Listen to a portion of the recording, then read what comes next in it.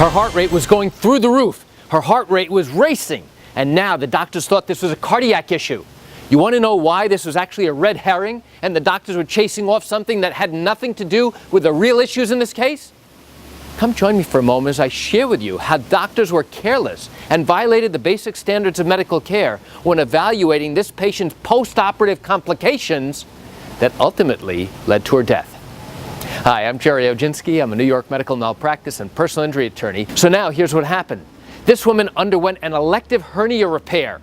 She had it done because she had had surgery a number of years earlier, and now she developed a hernia in the incision where the surgery had been done.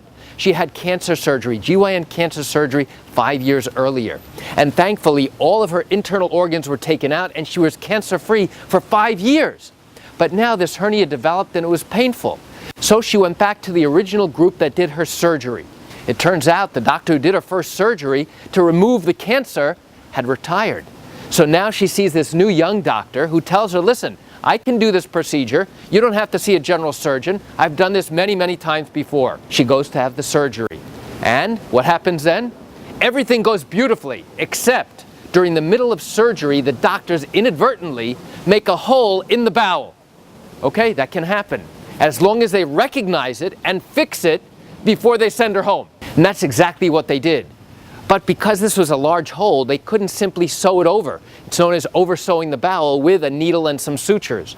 So instead, now you have the bowel with a significant hole in it. What did they have to do? They had to cut out that entire section of bowel that had that hole. So you cut out one end, you cut out another end, and now you've got two loose ends. You now have to take the two ends, put them together, and now you have to sew it up tight to make a watertight seal so that nothing leaks out.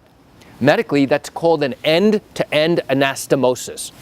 So now they do that, and then they send the patient back to recovery. In the recovery room, the doctors there notice that her heart rate is elevated. They notice that her blood pressure is increasing. And they all think that this is a cardiac problem, that now she had something that was dormant years earlier, now came back to life. So they're saying, you know what? We can't deal with a cardiac issue because we're not equipped for it. We're going to send you across the street to our sister hospital where they have a whole cardiac team to take care of it. Not once did these doctors recognize or think about the possibility that the reason why she was developing these post-operative complications was not because of a cardiac issue, but because of something worse. So now what happens? She goes to the next hospital, the cardiac team works her up, and they're sitting and davening. That's a Hebrew term for meaning praying. They're trying to figure out why she has this elevated cardiac issue.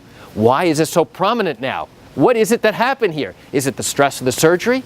Again, not once did they consider the possibility that she had a perforated bowel, a hole in the bowel. And what happens if there's a leak or a hole? Well, the contents of the bowel now leak out into the abdomen, and that's where it shouldn't be. And the patient can develop an infection, and if not treated and recognized promptly, it can worsen to a system-wide infection, a systemic infection known as sepsis, and again, if it's not treated, can result in death.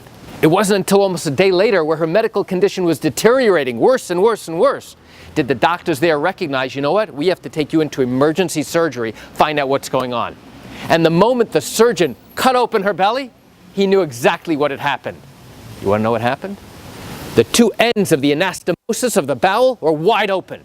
That meant that all of the contents of her bowel were leaking out into her belly, and she had never been treated for it. And unfortunately, within a few hours after that, she died. So why do I share this quick information with you? I share it with you just to give you an insight and an understanding into how these doctors went off chasing a red herring, something having nothing to do with the real issues here, and instead they were focused on the cardiac problem, never once considering the possibility that the end-to-end anastomosis wasn't done correctly, and as a result, this patient died, all because these doctors were careless. You know, I understand you're watching this video because you have questions or concerns about your own matter. Well, if your matter did happen here in New York and you're thinking about bringing a lawsuit, but haven't done so yet because you still have questions that need answers, what I invite you to do is pick up the phone and call me. I can answer your legal questions. You know, this is something I do every single day, and I'd love to chat with you.